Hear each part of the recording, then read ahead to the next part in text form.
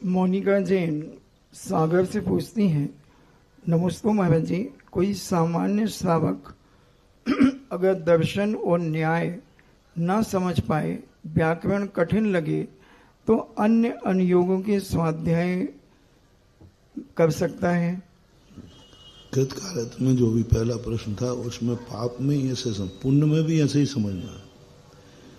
व्यक्ति स्वयं पुण्य नहीं कर पा रहा लेकिन दूसरे से करवा रहा है, तो उसको स्वयं तो पुण्य के प्रति उसके भाव जागे ही, दूसरे से करवाया तो करवाने वाले को ज्यादा पुण्यबंध है, क्योंकि उसने अपनी तो रुचि बढ़ाई, मन से किया, भली काया से नहीं किया, लेकिन दूसरे को प्रेरणा दे दी। कितने कार्य होते हैं, इसी बात पर तो टिका है सारा मोक्ष मार्ग। जैसे आप भगवान नहीं बन पाए, आप मुनि महाराज नहीं बन पाए, लेकिन यदि आप मुनि नहीं बन पाते हैं और दूसरे को मुनि बनने की प्रेरणा देते हैं, तो भी आपको पुण्य का बंध डबल होगा, क्योंकि आपने तो शुभ भाव किया ही कि मैं नहीं बन पाया, मुझे बनना चाहिए, दूसरे को और बना दिया। तो पुण्य में भी लगाना और पाप में भी लगाना।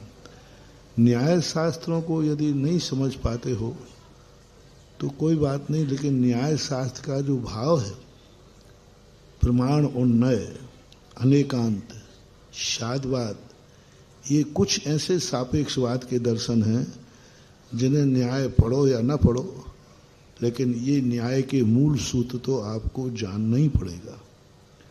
बिना प्रमाण और नय के आप नहीं कर सकते। और जैन दर्शन के प्रमाण और नय ये मुख्य न्याय के विषय हैं।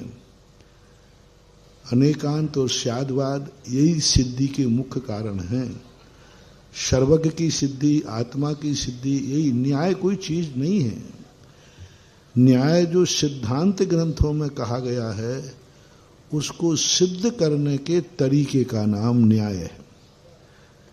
सिद्धांत को हम आत्मा होती है, इसको हम कैसे सिद्ध करें?